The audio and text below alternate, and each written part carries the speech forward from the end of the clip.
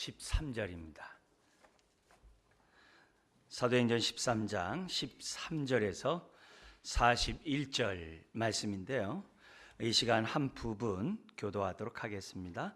16절에서 31절까지 한 절씩 교도하시겠습니다. 16절. 바울이 일어나 손짓하며 말하되 이스라엘 사람들과 및 하나님을 경외하는 사람들아 들으라.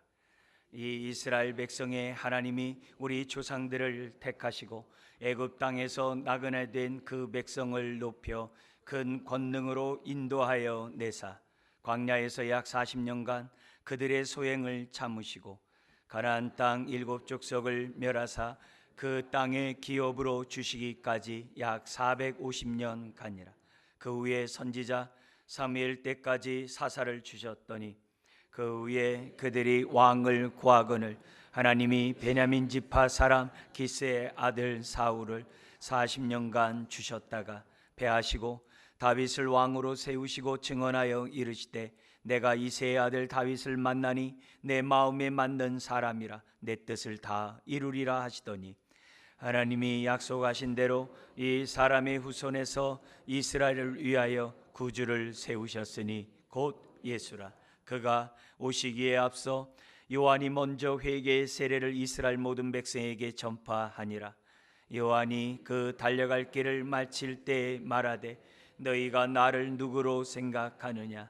나는 그리스도가 아니라 내 뒤에 오시는 이가 있으니 나는 그 발의 신방끈을 풀기도 감당하지 못하리라 하였으니 형제들아 아브라함의 후손과 너희 중 하나님을 경외하는 사람들아 이 구원의 말씀을 우리에게 보내셨거늘 예루살렘에 사는 자들과 그들 관리들이 예수와 및 안식일마다 외우는 바 선지자들의 말을 알지 못하므로 예수를 정죄하여 선지자들의 말을 응하게 하였도다.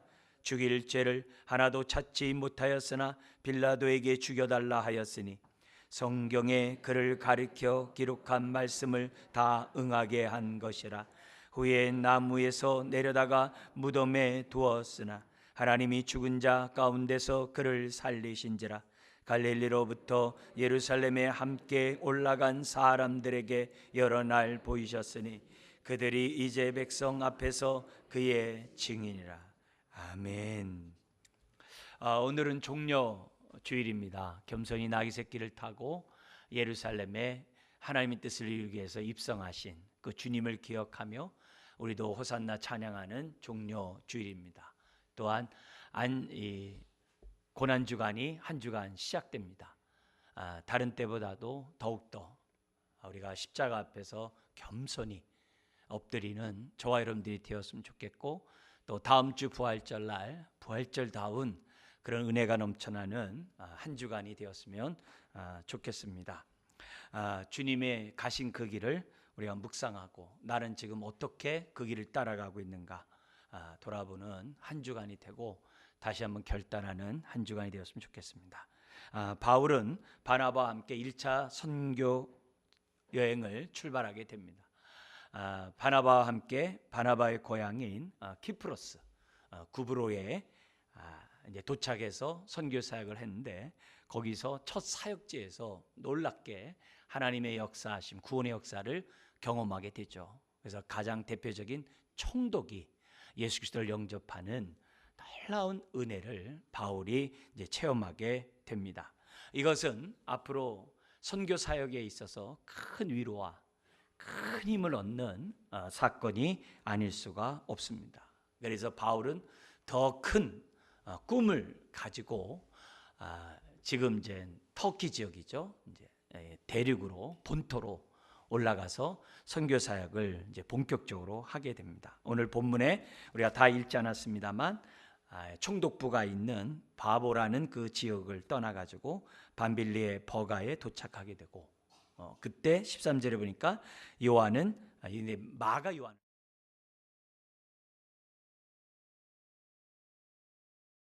그런 사건이 생깁니다. 그렇지만 그럼에도 불구하고 다시 버가에서 비시디아 안디옥 14절에 보니까 비시디아 안디옥에 가가지고 안식일날 회당에 들어가 복음을 전하는 그런 사건이 오늘 본문에 기록되어 있습니다. 그 당시 안식일 되면은 회당에서 약속된 하나님 말씀을 낭독하고 그 말씀에 따라서 이제 또 깨닫고 하고 싶은 그러한 사람들이 자원하면 말씀을 이렇게 논할 수 있는, 이렇게 자기가 깨달은 말씀을 나눌 수 있는 그런 시간들이 있었다고 합니다.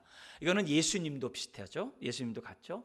예수님이 첫 사역을 했을 때 회당에 들어가잖아요. 그때 이사야에 있는 그 말씀을, 예수님의 예언에 관한 그 이사야의 말씀, 가난한 자, 포로된 자들이 자유케 되는 그 유명한 하나님의 말씀을 읽으면서, 그 희년의 말씀이죠. 그걸 읽으면서 이 말씀이 오늘 응하였도다. 우리 예수님이 이렇게 말씀하신 그 사건처럼 오늘 이 본문에서도 이 바울이 그날 읽은 그런 말씀 속에 자기가 한 말을 지금 전하는 그런 순서로 기록되어 있는 것을 보게 됩니다. 우리가 다 읽지 않았습니다만 교훈을 따라가면서 우리 한번 교독하면서 은혜를 받기를 원합니다. 첫 번째, 오늘 이 사건 속에서 우리가 교훈을 얻어야 되고 주목해야 될 말씀은 13절에 있습니다. 13절 우리 한번 같이 읽겠습니다.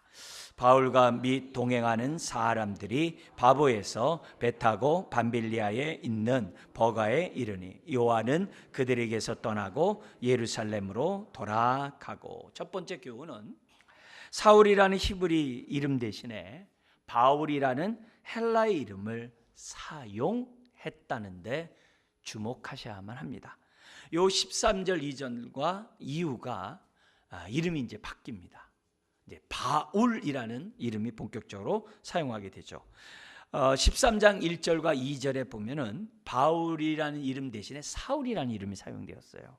그죠? 1절에도 5명의 지도자가 나오는데 바나바로 시작해서 사울, 그리고 그들이 예배 가운데 금식할 때 성령님께서 바울과 사울을 따로 세워가지고 그들을 선교사로 파송하라고 하는 그 장면에서도 사울이라는 이름이 나옵니다. 그리고 첫 사역지 구브로에 가가지고서 복음을 전하는 그 소식이 총독에게 들렸을 때 하나님 말씀을 듣고자 총독이 바나바와 사울을 불러서 하나님 말씀을 듣고자 했다라고 7절에 기록되어 있어요. 사울이에요. 심지어는 9절에 바울이라고 하는 사울이라고 말할 정도로 사울이라는 이름이 사용됐는데 갑자기 이 13절, 이 구브로의 총독이 예수 그리스도를 영접한 그 사건 그 다음에 확 바뀌어가지고 13절에 바울이라는 이름, 이때부터 사울이라는 이름을 쓰지 않고 바울이라는 이름을 사용하게 됩니다. 그리고 바나바가 제일 앞에 있었는데, 앞에 있고 바울이 뒤에 있었는데 이름이 바뀌어요. 바울과 및 동행하는 사람들이, 주도권이 바울에게 넘어가는 그런 사건이 13절에 기록되어 있습니다. 여러분, 사람이 이름을 바꿀 때는요, 그 말은 나름대로 이유가 있는 거죠. 우리 하나님이 역사하실 때 아브람을 아브라함으로 바꾸셔요. 그죠? 사레를 사라로 바꾸고 야곱을 이스라엘로 바꾸면서 하나님의 뜻을 이루어요. 그래서 이름은 그 사람의 정체성에 있어서 매우 중요한 의미를 지닌 것이 이름입니다. 그 이름이죠. 근데 이 사울이 1차 선교 여행 구브로를 딱 끝나면서 자기의 이름을 갖다 바울로 딱 바꿈으로 바울의 그 심령에 어떤 변화가 있었다는 거죠. 이름을 바꿀 땐 그만한 의미가 있고 뜻이 있었다는 거죠.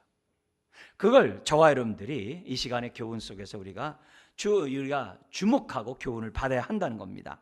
그 당시 유대인들은 헬라 문화권에 있었고 또 지배하에 있었기 때문에 이방 사람과 접근하기 위해서 이방인들의 이름을 이렇게 하나씩 갖고 있는 사람들이 많았다고 그래요. 히브리 이름도 있고 헬라의 이름을 두 가지 다 쓰는 거죠. 근데 왜 바울이냐 이게? 왜 바울이냐 이게? 더구나 자기가 처음 선교지에서 전도했던 그 총독의 이름을 바울이 왜 사용했냐는 거죠. 그 의미를 우리가 이 시간에 이제 생각하는데, 그거는 내가 이렇기 때문에 바꿨다는 말이 없어요. 그렇지만 바울 서신에 보면은 바울의 그 신앙 고백을 보면서 이름을 계명한 그 마음을 우리가 헤아릴 수 있어요. 이걸 왜 봐야 되느냐면은 저와 여러분들이 예수 그리스도를 믿고 새로운 피조물 되고 하나님의 자녀가 돼요. 그리스도인이 돼요. 예수 그리스도의 그 길을 따라가는 제자가 돼요. 길이요 진리요 생명이신 그 주님을 믿고 따라가는 인생이 돼요. 그래서 우리는 예수 그리스도를 믿음으로 나의 신분이 확 바뀌었다는 사실을 깨닫고 믿음 가운데 살아가는 사람이 저와 여러분이에요. 근데 과연 그러냐 이게요. 바울은 이름이 딱 바뀐 후서부터는 물론 그전에도 그랬습니다만 주님을 따라가는데 조금도 주저하지 않았고 부끄럽지 않은 그런 삶을 살았다는 거예요. 그러면 왜 바꿨느냐? 우리 그에 나와 있는 서신서의 내용을 가지고 우리가 살펴볼 것은 뭐냐면 첫 번째로 앞으로 이방인 선교를 위해서 철저히 이방인처럼 살겠다는 결단이 이름 속에 있는 거죠. 왜냐하면 고린도전서 9장 22절에 바울이 이런 고백을 했어요.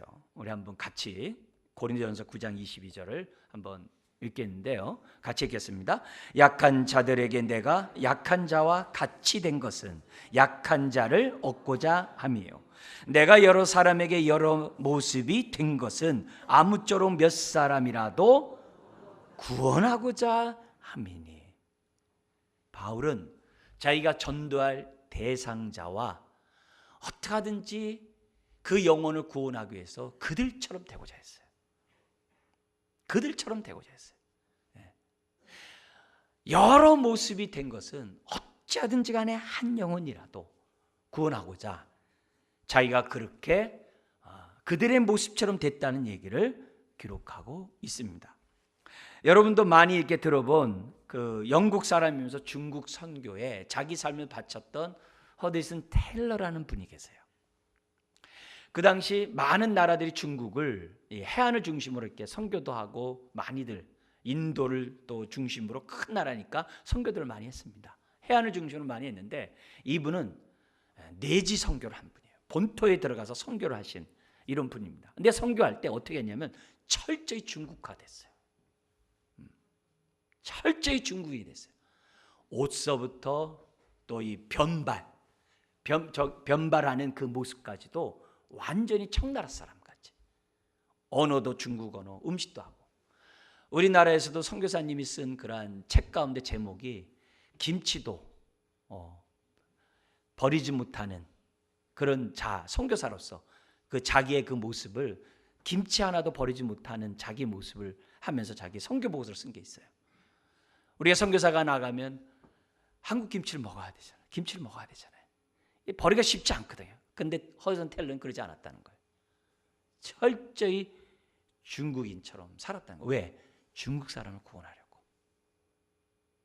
이게 모든 하나님의 뜻 가운데 살고자 하는 주의 종들의 마음의 다짐이었던 거죠. 바울 같은 경우 빌립보 교회에게 쓴 편지에 이런 내용이 있어요. 나는 지금까지 내가 자랑했던 그 모든 것들을 내려놓았다. 만약 내가 유대인으로서 혈통과 특권이 내가 복음을 전하는데 조금이라도 방해가 된다면 나 다 버리겠다. 내가 8일 만에 할례를 받고 이스라엘 족속이고 베냐민 지파고 히브리인중에 히브리고 내가 바리새인이라는 이것 때문에 조금이라도 교만하고 사람들 영혼 구원 받는데 꺼리낌이 있다면 나 배설물처럼 버리겠다. 바울이 그렇게 해요. 유대인에게 있어서 사울이라는 이름은 영광스러운 이름이에요. 왜냐하면 이스라엘의 초대 왕이거든요. 근데 그 이름을 버리고 그런 이방 선교를 하면서 그의 마음가짐을 철저히 이방인화, 그걸 이름에서부터 나타냈다는 사실을 잊어서는 안 돼요. 이 모습은 또한 주님의 모습이기도 해요. 말씀이 육신이 되어 이 땅 가운데 오셔서 저와 여러분들 같이 되신 이유가 뭡니까? 저와 여러분들을 구원하려고. 그래서 빌립보서 2장 5절 이하에 그러잖아요. 바울이 너희 안에 이 마음을 품으라 곧 그리스도 예수의 마음이니 그는 근본 하나님의 본체시나 하나님과 동등됨을 취할 것으로 여기지 아니하시고 오히려 자기를 비워 종의 형체를 가지사 사람들과 같이 되셨고 사람의 마음으로 나타나사 자기를 낮추시고 죽기까지 복종하셨으니 곧 십자가에 죽으심이라. 저와 여러분들을 구원하기 위해서 낮아지셨거든요. 철저히 인간이 되셨거든요. 바울의 이름의 계명에서 우리는 그걸 봐야 되는 거죠. 그 외에도 스위스 출신의 유명한, 우리 선교하면 아주 아는 그 인물이 있어요. 아브라함 버닝거라는 유명한 사람이 있습니다. 스위스 사람인데요. 이 사람이 무슨 소식이 듣냐면 덴마크가 막 이렇게 정복, 그 당시 강대국이 정복들 많이 했잖아요. 그가 정복하는 한 섬에 흑인 노예들이 이렇게 정말 고역을 한다는 얘기를 듣게 됩니다. 그래서 그 영혼에 대한 부담을 가지고 거기서 선교하러 갔는데 총독이 흑인은 사람이 아니기 때문에 복음 전할 필요가 없다 하면서 거절을 해요. 그런데 이 선교사님이 덴마크 왕에게 편지를 보냅니다. 뭐라고 보냈냐면은 저를 토마스 섬의 노예가 되게 해주십시오. 노예와 똑같은 일을 하겠습니다. 단 복음만 전할 수 있게 해주십시오. 그렇게 편지를 보내요. 그러자 그 국왕이 거기에 감동을 받아서 총독에게 칙령을 내요. 선교 사역을 막지 말라.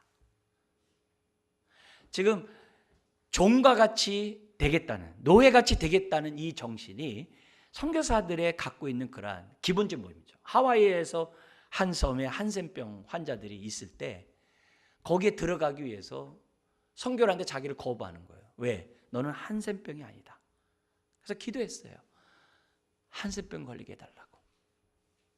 그래서 한센병 걸리자 감사하면서 선교하러 그 하와이에 있는 섬에 들어가서 복음 선교한 일이 있어요. 우리나라에도 있죠. 손양원 목사님. 우리 소록도의 그 한센병 환자를 위해서 일생 자기 삶을 드렸던 손양원 목사님도 있잖아요. 두 아들이 그 공산의 당에 영향을 받은 사람에 의해서 두 아들이 죽음을 당했을 때 그를 자녀로 입양한 그런 목사님 계시죠. 왜요? 주님의 모습을 본받고자. 바울의 이름의 계명 속에서는 철저히 이방인을 섬기고자, 이방인처럼 되고자 했던 그 마음가짐이 이름에서부터 있는 거죠. 오늘 저와 여러분들이 그리스도인이라는 그 이름을 가진 이유가 뭐냐 이게요. 세상에서의 어떤 영광을 얻고자 함이냐, 아니면 한 영혼이라도 구원하고자 하는 주님의 마음을 본받고자 하는 마음 속에 그리스도인의 이름을 가졌는지를 살펴봐야 한다는 거죠. 두 번째, 그 이름을 바울이 바꿀 때 그 마음가짐이 어떻게 했는가? 우리가 생각할 수 있는 것은 총독의 회심과 첫 선교 사역의 그 영적 전쟁의 그 승리함에 대한 감사, 그리고 앞으로도 선교 사역에 있어서 이런 사역이 계속 일어나기를 원하는 그 바라는 마음 속에서, 그 신앙의 고백 속에서 이름을 바꿨다라고 생각할 수가 있습니다. 우리는 이렇게 이름을 바꾸는 것이 익숙하지 않습니다만 그 당시 헬라 문화권, 바울이 살고 있었던 그 헬라 문화권에서는요, 어떤 땅을 정복했을 때 그 땅의 이름을 사용하는 일들이 빈번하게 있었다고 그래요. 빈번하게 있었다고 그래요. 우리가 역사적으로도 역사책에 나오는 한 인물 여기 얘기한다면은 그 아프리카누스라는 그 유명한 그 서양 역사서에 보면 나오는 그런 사람입니다. 그 사람이 칼타고의 명장 한니발을 격파합니다. 북아프리카에 있는 그 나라 아닙니까? 격파하면서 그 로마 장군의 이름이 아프리카누스라는 이름으로 바뀌어요. 근데 이 얘기가 헬라 문화권에만 있는 것이 아니라 서구 문화권에 있어요. 여러분 넬슨 제독 아시죠? 이집트 나일강에서 영국 군대로서 프락스 함대를 무찔러요. 근데 넬슨 이름 앞에 어떤 이름이 붙이냐면 나일강에 나일이 붙어요. 나일이 붙어요. 그러니까 그 후대에서도 자기가 정복한 곳에 이름을 사용함으로 업적을 나타내는 그런 게 있어요. 근데 바울은 그런 얘기가 아니라 교만하고자 내가 정복했다 그런 게 아니라 자기가 전도한 그 총독, 그 총독이 어떻게 예수를 믿습니까? 그럼 빌라도가 어떻게 예수를 믿습니까? 근데 여기에 총독은 믿었다고요. 지중해 해상권을 장악하기 위해서 파송된 그 총독 예수를 믿었다고요. 그게 바울의 입장에서 볼 때 얼마나 큰 사건입니까? 많은 이방인들의 이름들이 있음에도 불구하고 그 총독의 이름을 바울이 사용함으로 결단하는 거죠. 하나님, 이런 놀라운 역사가 계속 일어나기를 원합니다. 계속 예수 그리스도의 이름 앞에 사람들이 굴복함으로 자유케 되는 그 구원의 역사를 나를 통해 나타내 주옵소서라는 그 고백이 이름 속에 있다는 거죠. 한 가지 더 우리가 그 이름을 바꾼 것을 바울의 서신을 통해서 우리가 좀 생각해 본다고 한다면 이겁니다. 바꾼 세 번째 그 이유는 바울은 늘 주님 앞에 섬기는 자로 남고 싶어서 계명했다는 거예요. 늘 주님 앞에서. 여러분, 사울이라는 이름의 뜻은 바라다, 이렇게 요구하다, 좀 뭔가 이렇게 그런 이름이 사울이라는 이름이에요. 근데 바울은 소자라는 의미예요. 작은, 지극히 작다라는 의미가 바울이라는 이름이에요. 우리가 그와 연관해서 본다고 한다면 바울이 에베소 교회에게 편지를 쓰면서 자기에 대해서 뭐라고 했냐면 에베소 3장 8절에 이렇게 얘기를 해요. 나는 모든 성도 중에 지극히 작은 자보다 더 작은 자다. 다른 데서는 죄인 중에 괴수다. 근데 에베소 성도에게는 자기에 대해서 뭐라고 했냐면 나는 모든 성도 중에서 지극히 작은 자 중에 더 작은 자다. 그렇게 하면서 자기는 뭐냐면 이 측량할 수 없는 이 은혜를 어떻게든지 이방인에 전해가지고 그들을 섬기고자 한다. 이게 주님의 모습이죠. 심지어는 그가 복음을 전하는 그 마음의 태도에도 이게 있는 게 고린도후서 4장 5절에도 있어요. 고린도 교회 편지에 보내면서 자기가 어떤 마음가짐으로 선교 사역을 하는지, 바울의 이름처럼 지극히 작은 자로서 선교 사역을 하고 있는지를 보여주는 말씀이 있어요. 같이 한번 읽겠습니다. 우리는 우리를 전파하는 것이 아니라 오직 그리스도 예수의 주되심과 또 예수를 위하여 우리가 너희의 종된 것을 전파합니다. 예수의 주되심만 전하는 게 아니라 나의 종됨 또한 전한다. 이게 바울이거든요. 종됨. 왜 자기가 종됨을 전한다는 얘기가 뭐예요? 섬긴다는 거죠. 그래서 종되었던 자들을 내가 내어줌으로 자유케 한다는 거죠. 그게 복음의 핵심이에요. 예수님의 사역을 딱 요약한 거라고도 말씀드릴 수 있어요. 그러니까 바울은 부활의 주님을 만난 다음에 정말 새로운 피조물이 되었죠. 부활의 주님을 만나는 순간 그는 새 사람이 되었죠. 과거에 자기가 자랑하던 자기의 모든 신분, 자기의 모든 특권, 그 모든 것들이 다 배설물처럼 여겼던 사람이 바울이거든요. 이런 사람의 그 신앙이 이름 속에 있었다는 거예요. 이거는 오늘 우리가 그리스도인으로서 길이요 진리요 생명이신 주님을 따라가는 저와 여러분들이 어떤 마음가짐으로 주님을 따라야 하는지를 교훈하고 있다는 거죠. 바울은 무늬만 바뀐 게 아니었어요. 이름뿐인 그리스도인이 아니었어요. 그의 삶 전체가, 생각과 마음과 그의 태도 전체가 새로운 피조물로서 하나님을 섬겼다라는 사실을 본문을 통해서 우리들이 잊어서는 안 됩니다. 그렇다고 한다면 오늘도 주여 우리가 하나님의 자녀로 그리스도인이 되었는데 그 이름에 걸맞는 주의 자녀 살게 하여 주옵소서. 우리가 고백해야 될 줄 믿습니다. 그러면서 두 번째 26절에서 37절에서 우리가 교훈을 얻을 것이 있는데 바울의 설교의 핵심이 십자가 부활이었다는 거죠. 이거는 바울만이 아니라 베드로도 그랬다는 거죠. 그래서 바울은 베드로의 설교처럼 십자가 부활을 전했다는 거죠. 왜요? 믿음의 기초이고 우리 신앙생활의 근본이 십자가 부활이기 때문에 그래요. 십자가 앞에 제사함 받고 부활 앞에 의롭다함 받거든요. 날마다 옛사람을 죽이는 것은 십자가의 능력 없이 안 돼요. 날마다 우리가 새 사람을 덧입고 의의 삶을 살아가는 것은 부활의 능력 없이 안 돼요. 마음먹다 되는 게 아니에요. 우리의 신앙에 구원을 얻는 것도 십자가 부활이고 믿는 것도, 우리의 믿음의 삶의 그 능력도 십자가 부활이에요. 그러니까 베드로나 바울이나 복음을 전할 때 복음의 핵심인 십자가 부활을 전했다는 것을 우리들에게 가르쳐주고 있습니다. 이제 그런 가운데 말할 사람, 할 사람이 있으면 말하라라고 15절에 얘기하죠. 율법과 선지자의 글을 읽은 후에 회당장이 사람을 보내어 물어 이르되 형제들아 만일 백성을 권할 말이 있거든 말하라 하니. 그러자 16절에 바울이 일어나 손짓하며 말하되 이스라엘 사람들과 및 하나님을 경외하는 사람들아 들으라. 여기 이스라엘 사람 유대인이고 하나님을 경외하는 사람은 개종한 이방인을 말해요. 그들이 안식일날 함께 예배를 드리고 있는데 그들을 향해서 지금 딱 선포해요. 그래서 뭐 얘기했느냐?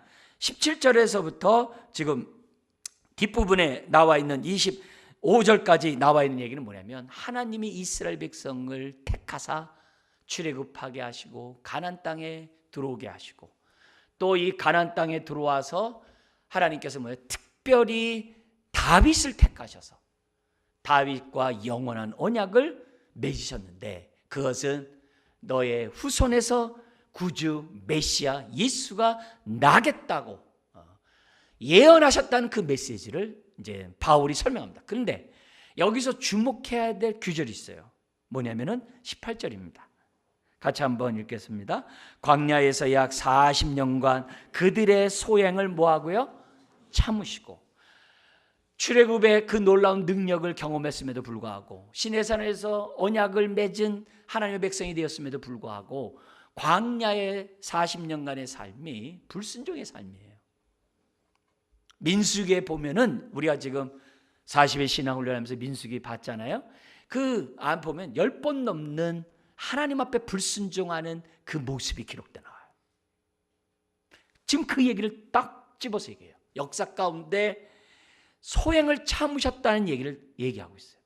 자, 그런데 하나님의 때가 되매 24절 25절 세례 요한을 보내가지고 우리가 구약에서 예언된 그 메시아가 바로 예수다, 그리스도가 바로 예수다 라고 선포했음에도 불구하고, 그게 25절까지예요. 불구하고 26절부터 무슨 얘기냐면 37절까지 그 예수를 배척하고 죽였다는 거예요. 하나님 말씀에 불순종함으로 죽였다는 거예요. 그 얘기를 26절부터 합니다. 그래서 26절 같이 한번 읽겠습니다. 형제들아 아브라함의 후손과 너희 중 하나님을 경외하는 사람들아 이 구원의 말씀을 우리에게 보내셨거늘. 여기서 지금 본교지 설교가 시작되는데요. 이스라엘 역사를 얘기한 다음에 본교지 설교를 지금 그 사람들이 하는데 호칭을 보세요. 여러분, 그 당시 회중에 있는 사람들의 마음을 열고 귀를 기울이게 만드는 표현을 써요. 무슨 표현을 쓰냐면 형제들아. 유대인인 바울이 형제들아 그러면 유대인끼리 형제들아라고도 이방인이 생각할 수 있어요. 그러니까 전체 회중에 있는 사람들에게 형제들아라고 얘기한 다음에 또다시 16절에 있는 말을 반복해서 해요. 아브라함의 후손과 유대인이에요. 너희 중 하나님을 경외하는 사람들아. 이방인 개종자예요. 딱 얘기를 해요. 그래서 뭐라고 하냐면은 이 구원의 말씀을 누구에게 보였다고요? 우리에게 하면서 사도 바울도 포함이에요. 우리 모두가 하나의 형제라는 거예요. 우리 모두가. 이런 표현은 바울이 전하는 말에 귀를 기울이게 돼 있어요. 특히 이방 개종자가 귀를 쫑긋 세우게 돼 있어요. 나를 형제로 대하고 나와 동질로 대하고 있구나 하면서 마음을 여는 거예요. 그러면서 27절에 이렇게 얘기합니다. 예루살렘에 사는 자들과 그들 관리들이 예수와, 첫 번째죠. 두 번째는 안식일마다 외우는 바 선지자의 말을 알지 못함으로 그 다음 결과 어떻게 했다고 그래요? 예수를 정죄하여 선지자의 말을 응하게 하였도다. 여기서 계속 이제 반복해서 나오는 게 뭐냐면 구약에 예언된 말씀 응했다가 계속 나와요. 그 얘기 나와요. 보세요.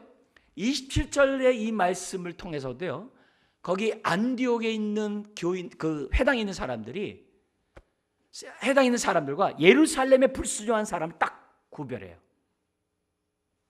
왜냐면 여기 있는 사람은 예수님 십자가에 못 박을 때 그 자리에 없었다고 보는 거죠. 예루살렘에 사는 자들과 그들의 관리들은 하나님께 불순종해가지고 예수와 안식일마다 외우는 바 선지자의 말을 알지 못함으로 예수를 정죄하고 십자가에 못 박았다는 거예요. 근데 이것이 선지자의 말을 인용했다는 거예요. 응한 거라는 거예요. 선지자들이 하나님 말씀을 깨닫지 못함으로 내가 보낸 메시아를 십자가에 못 박을 것이라고 구약에 예언했거든요. 지금 그 얘기를 하고 있는 거예요. 심지어는 그들이 28절에 죽일 죄를 하나도 찾지 못하였으나 빌라도에게 죽여달라고 하였으니 그 다음 기절 뭘 강조하는지 생각하면서 읽어볼까요? 성경에서 그를 가리켜 기록한 말씀을 다 응하게 한 것이라. 후에 나무에서 내려다가 무덤에 두었으나 하나님이 죽은 자 가운데서 그를 살리신지라.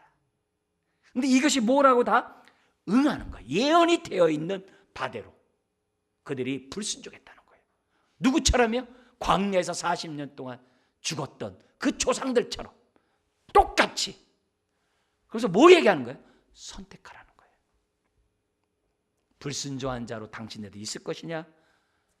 예루살렘에 있는 불순종한 자 같이 있을 거냐? 나처럼 하나님의 예언의 말씀에 순종하는, 예수를 영접하는 자로 있을 거냐고 지금 설교를 하고 있다는 것을 저와 여러분들이 기억해야 됩니다. 그러면서 31절 이하에 나오는 얘기 이겁니다.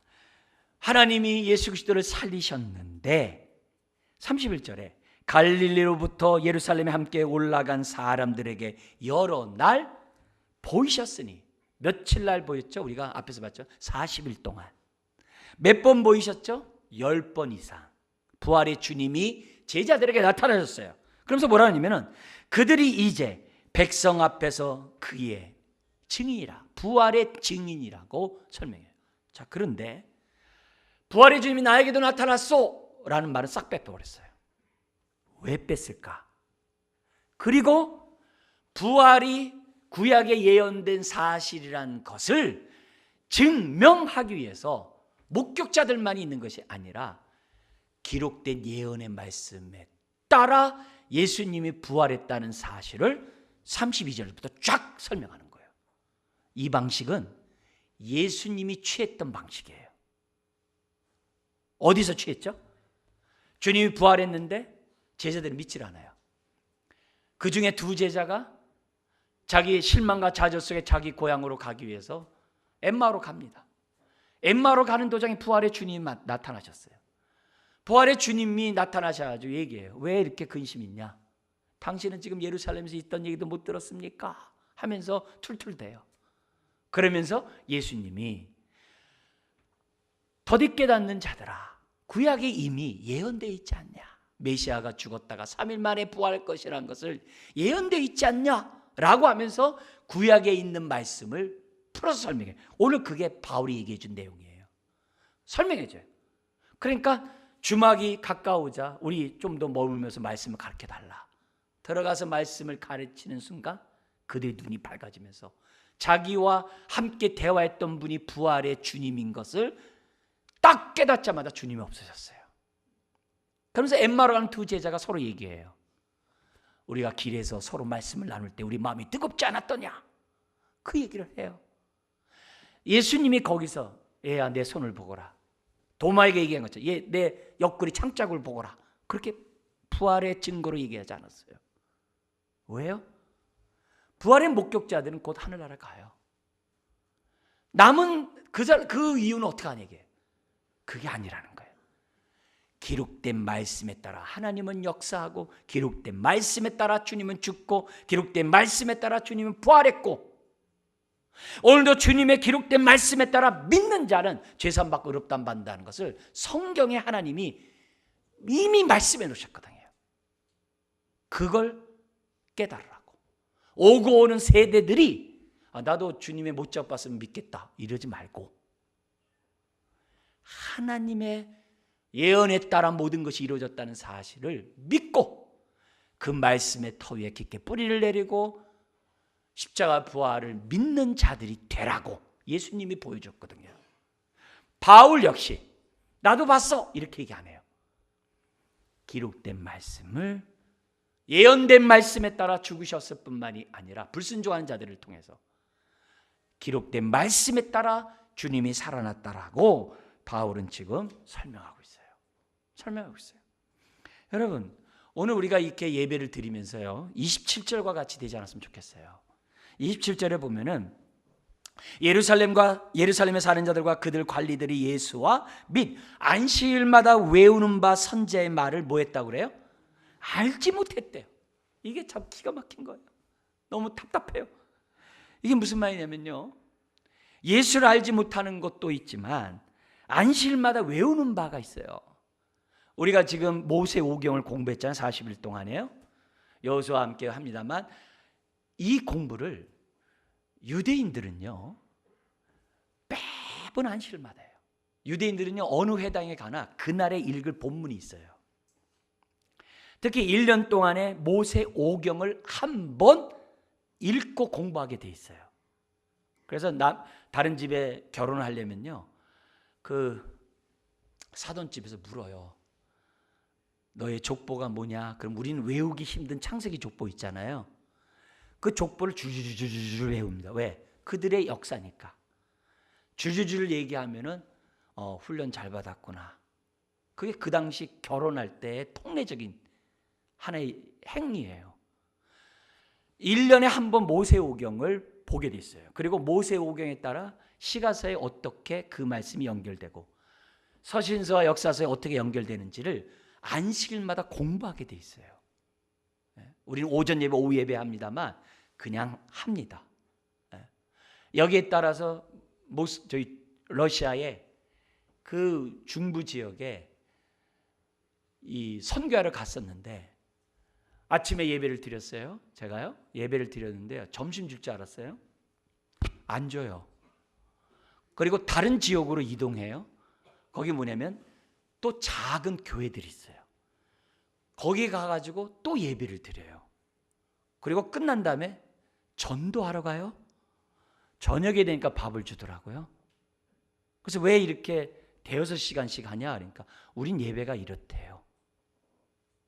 회당의 예배를 그대로 받아다가 그렇게 하더라고요. 우리는 오전 예배, 오후 예배니까 뭐 이렇게 합니다만 그렇지 않아요. 안식일을 거룩히 지키면서 말씀을 통해서 그들이 양육받고 있는 그 시간들을 가져요. 그래서요 여기에 안식일마다 외우는 바 선지자의 말, 이 외우는 바가 원뜻이 뭐냐면 큰 소리로 외치다 이 말이에요. 그 정도 나이가 먹으면 창세기 1장 딱 얘기하잖아요. 낭독을 큰 소리로 두루마리 그날의 읽을 범위를 읽잖아요. 이미 성도는 다 외우고 있어요. 그래서 같이 따라서 큰 소리로 낭독을 해요. 그 얘기예요. 근데 난 놓고 기억자를 몰라요. 그런데 그 선자의 말이 자기에게 와닿지 않는 거예요. 그냥 듣고 잊어버린 거예요. 제가 여러분들에게 설교를 했는데 한쪽 귀 듣고 한쪽 귀 흘러버리는 거예요. 이 답답한 일이 생겨나면 얼마나 기가 막히겠어요. 근데 자기 조상들이 그랬다는 거예요. 특히 어디요? 예루살렘에 사는 사람들이 그랬다는 거예요. 우리가 이렇게 되지 않기를 다시 한번 주의 이름으로 축원합니다. 우리가 왜 이렇게 40일 신앙훈련해요? 그래야 설교가 이해되고 설교가 들리거든요. 그래야 말씀이 내 마음에 새겨지거든요. 받아들일 수 있는 능력이 생기거든요. 그러면서 부활에 대한 증거를 바울이 32절부터 합니다. 뭐라고 얘기하면 이제 시편의 2편과 16편을 딱 등장을 시켜서 하는데요. 이렇게 돼 있어요. 32절에 우리도 조상들에게 주신 약속을 너에게 전파하노니. 지금 바울이 조상이 주신 약속의 말씀, 특히 부활의 말씀을 전한다는 거예요. 뭐라고 얘기하면 33절에 이렇게 되어 있습니다. 곧 하나님이 예수를 일으키사 우리 자녀들에게 이 약속을 이루게 하셨다 함이라. 예수님은 부활하게 함으로 약속을 이뤘는데 그 약속이 뭐냐? 시편 둘째 편이에요. 우리로 말하면 2편이에요. 시편 2편은 메시아 예언 시편이에요. 신약에 많이 예언돼요. 인용됩니다. 시편 둘째 편에 기록된 바와 같이 거기 7절에 있는 말씀을 바울이 딱 얘기를 해요. 너는 내 아들이라 오늘 너를 낳았다 하셨고, 부활함으로 예수님을 오늘 너를 낳았다라고 하는 예언이 성취됐다라고 해석을 딱 해버려요. 우리는 시편 2편이 뭔지 잘 몰라요. 유대인이 아니기 때문에. 근데 유대인들은 시편 가지고 예배를 드렸어요. 2편은요 1편 다음에 나온 2편이기 때문에 못 외우는 사람이 없어요. 근데 그 2편의 7절의 예언이 부활함으로 성취됐다라고 바울이 딱 해석을 해줍니다.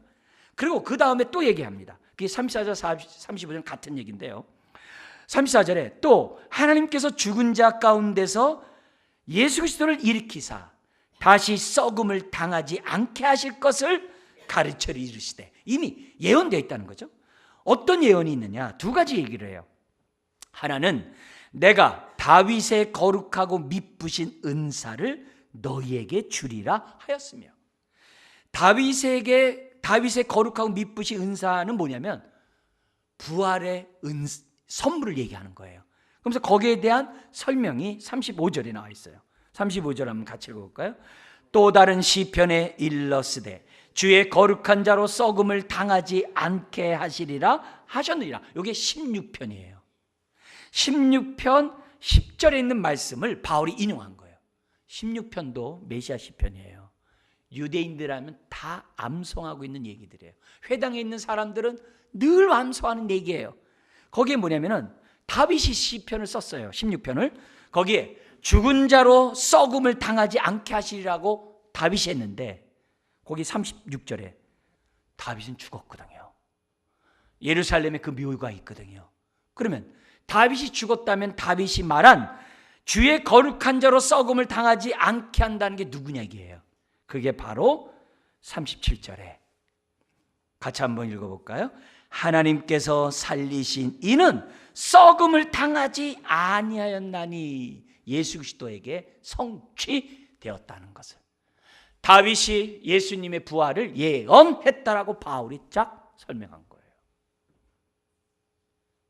놀랍죠?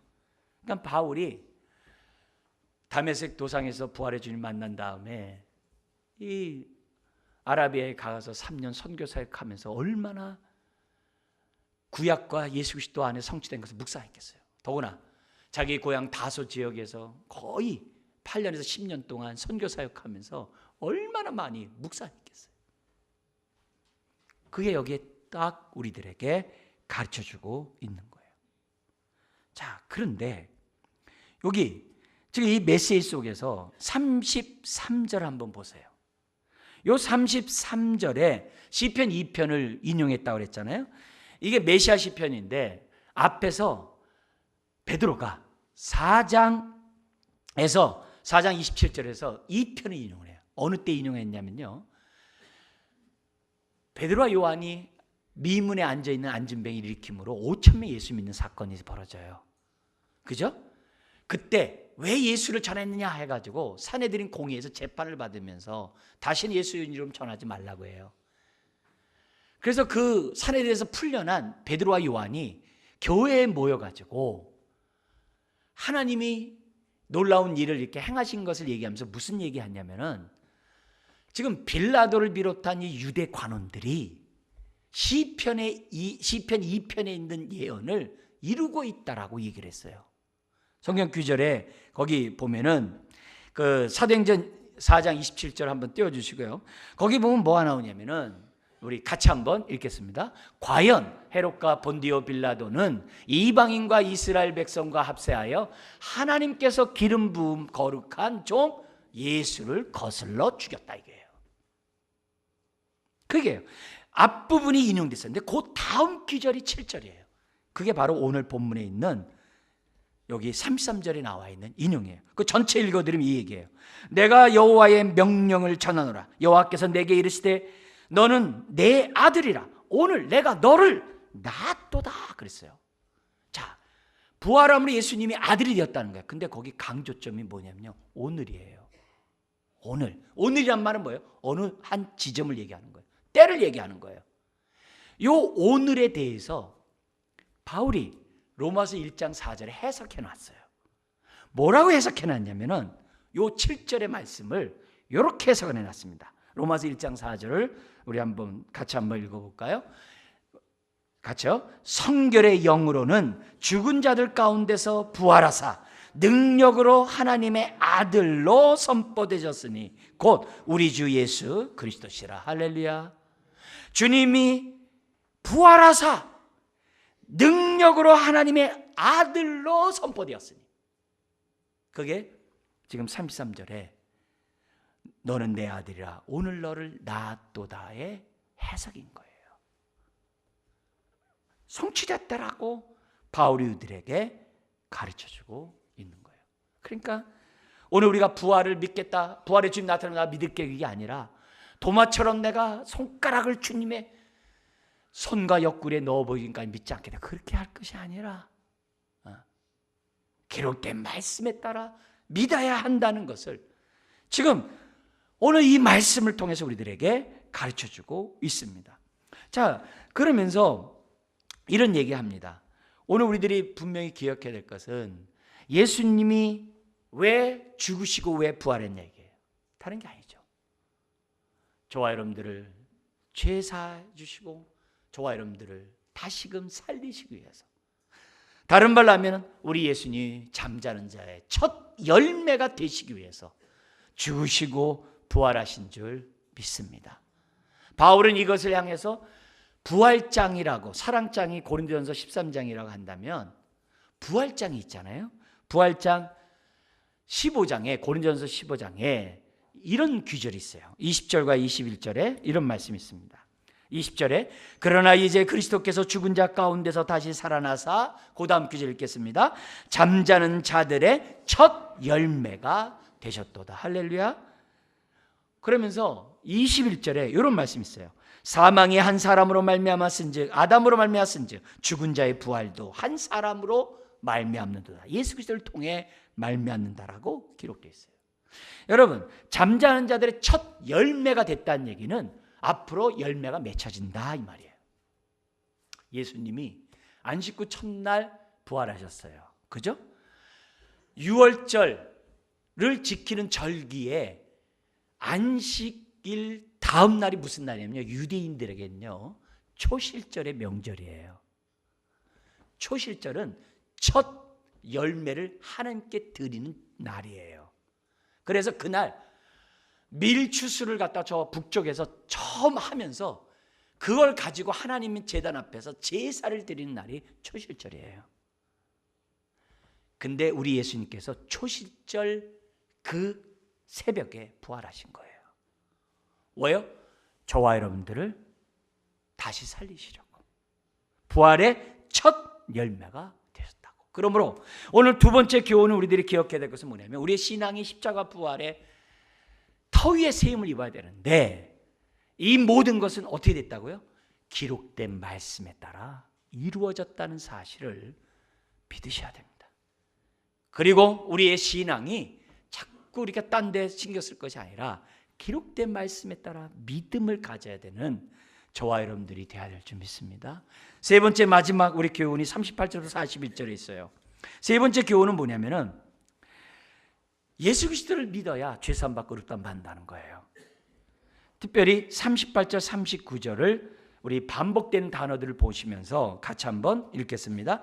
그러므로 형제들아, 너희가 알 것은 이 사람을 힘입어 죄사함을 너희에게 전하는 이것이며, 또 모세의 율법으로 너희가 의롭다 하심을 얻지 못하던 모든 일에도 이 사람을 힘입어 믿는 자마다 의롭다 하심을 얻는 이것이라. 아멘. 여러분, 지금 바울은 26절에 이 구원의 말씀을 우리에게 보내셨다라고 얘기했잖아요. 이 구원의 말씀을 지금 여태까지 쭉 전했어요. 왜 전했느냐? 다른 게 아니라 거기 38절, 형제들아 너희가 알 것은 이 사람 예수 그리스도를 힘입어 뭘 받는다고요? 죄사함을 너희에게 전하는 이것이며, 죄사함 받는 것이며, 이게 구원의 말씀이에요. 그리고 두 번째는 39절에 또 모세 율법으로 너희가 의롭다 하심을 얻지 못하던 모르던 이래도 이 사람 예수 그리스도를 힘입어 믿는 자마다 뭐 받는다고요? 의롭다 하심을 얻는 이것이 구원의 말씀이에요. 이게 오늘 우리가 믿어야 될 말씀이에요. 이게 복음의 핵심이에요. 이게 십자가 부활을 통해서 죄사함과 의롭다함 받은 사건이에요. 그 얘기를 지금 하고 있어요. 여기서 바울은 믿음으로 의롭다함 받는 놀라운 사실을 여기 39절에 설명하고 있는 거예요. 모세 율법으로 너희가 의롭다 하심을 얻지 못하던 모든 일에도, 율법은 의롭다함을 주는 것이 아니라 사로 하여금 죄인임을 깨닫게 하는 거고, 율법은 그래서 의가 구원이 필요하다는 사실을 알고 십자가 앞에 나오게 하는 게 율법이에요. 그래서 율법의 정의는 뭐라고 했죠? 의인은 없나니 하나도 없다예요. 그렇지만 십자가 앞에 나와서 어떻게 돼요? 이 사람을 힘입어 믿는다면, 예수를 믿는다면 의롭다함을 얻는다라고 말씀합니다. 이게 복음이에요. 그래서 복음의 정의는 뭐예요? 오직 의인은 믿음으로 말미암아 살리는 거예요. 그게 복음이에요. 그래서 지금 바울은 이미 예수 그리스도를 믿는 자마다 의롭다함 받았다고 하는 위대한 선포를 여기서 하고 있어요. 이게 갈라디아서하고 로마서의 핵심이죠. 이 핵심이죠. 그 얘기를 지금 하고 있어요. 그런데 여기 이 사람을 힘입어가 두 번 나와요. 그죠? 우리 성경에 이 사람을 힘입어 제산 받고 이 사람을 힘입어 의롭다함 받는다 그랬어요. 믿는 자마다. 근데 이 말의 원문이 서로 달라요. 뭐냐면 첫 번째 38절에 7절에 8절에 나오는 이 사람을 힘입어는 통하여 through예요. 예수 그리스도를 통하여 죄산 받는다는 거예요. 근데 그것도 똑같은 힘입어예요. 근데 39절은 뭐냐면 이 사람을 힘입어가 인으로 돼 있어요. 네? 통하여가 아니라 예수 그리스도 안에서로 돼 있어요. 예수 그리스도 안에서 믿을 때, 그걸 우린 다른 말로 하면 뭐라고 그러죠? 그리스도와 연합되어 하나가 되었을 때, 그게 믿는 자이고, 연합되어 하나가 되는 것이 그렇게 믿는 자에게 의롭다함이 주어진다는 거예요. 머리로 믿는 게 아니라 주님과 연합되는 믿음을 갖고 있을 때 의롭다함 받는다는 거예요. 그러면 그 연합이 뭐냐? 그게 로마서 6장 3절 이하에 나와요. 연합이 뭐냐? 주님이 죽을 때 나도 함께 죽고 주님이 부활할 때 나도 함께 부활했다라고 믿는 자가 연합이에요. 연합의 믿음이에요. 지금 그 얘기를 하는 거예요. 그래서 예수님이 죽을 때 나도 죽었어요. 그 말은 뭐예요? 나의 죄를 대신해서 죽었다 이게. 그래서 나는 예수 안에 죽은 자예요. 주님 부활할 때 나도 부활했어요. 그게 뭐예요? 주님이 나의 의가 되라고, 의인이 되라고 부활하셨음을 믿을 때 그 사람에게 연합의 축복 속에 죄사함과 의롭다함이 온다는 거예요. 그래서 유명한 말씀 있잖아요. 로마서 4장 25절에 우리의 죄를 위해 내어진 바 되었고 우리의 의를 위하여 다시 살아나셨다고 성경은 말씀하고 있는 겁니다. 자, 그렇게 하면서 마지막 결단을 딱 얘기해요. 40절 41절 우리 읽고 마무리하겠는데요. 읽겠습니다. 그런즉 너희는 선지자들을 통하여 말씀하신 것에 너희에게 미칠까 삼가라. 일러스되 보라 멸시하는 사람들아 너희는 놀라고 멸망하라. 내가 너희 때를 당하여 한 일을 행할 것이니 사람이 너희에게 일러줄지라도 도무지 믿지 못할 일이라 하였느니라 하니라. 이게 하박국 선지자가 1장 5절에 한 얘기거든요. 유다가 하도 말을 안 들으니까 바벨론 통해서 멸망하겠다는데 안 믿어요. 그래서 멸망돼요. 그 귀절처럼 지금 이 얘기를 딱 하는 거예요. 왜 얘기하는 거예요? 예루살렘에 있는 유대인들이 그랬다는 거예요. 광야에서 쓰러져 죽었던 자들이 다 불순종함으로 예언을 성취했다는 거예요. 여기에 있는 회당에 있는 사람들이요, 그들처럼 되지 마십시오. 예수 그리스도를 영접하십시오. 예수 그리스도를 믿으십시오. 그 얘기를 바울이 마지막으로의 결단을 촉구하는 거예요. 여러분, 항상 구원의 복음에는 심판이 같이 따라와요. 영접하는 건 구원이지만 거절하는 순간에 심판이에요. 여러분도 잘 아는 요한복음 3장 16절 있죠.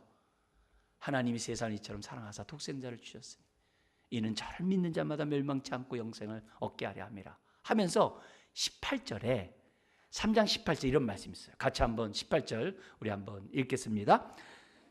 우리 18절에 그를 믿는 자는 심판을 받지 아니하는 것이요 믿지 아니하는 자는 하나님의 독생자의 이름을 믿지 아니하므로 벌써 심판을 받은 것이라.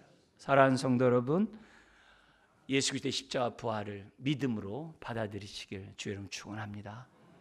아직 영접하지 않은 분들 마음을 열고 영접하시길 주의 이름 축원합니다.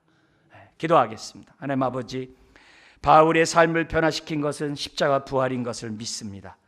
주여, 그의 삶이 바뀌어 하나님 앞에 온전히 자기 삶을 드리고 십자가의 부활의 능력 가운데 살면서 전했던 것처럼 우리 또한 십자가 부활을 믿고 전하는 자녀들 되기 원합니다. 머리 숙인 한 분 한 분들에게 오늘 우리가 순종함으로 예언의 말씀을 응하는 주의 자녀들 다 되게 하여 주옵소서. 감사하며 예수님의 이름으로 기도드리옵나이다. 아멘.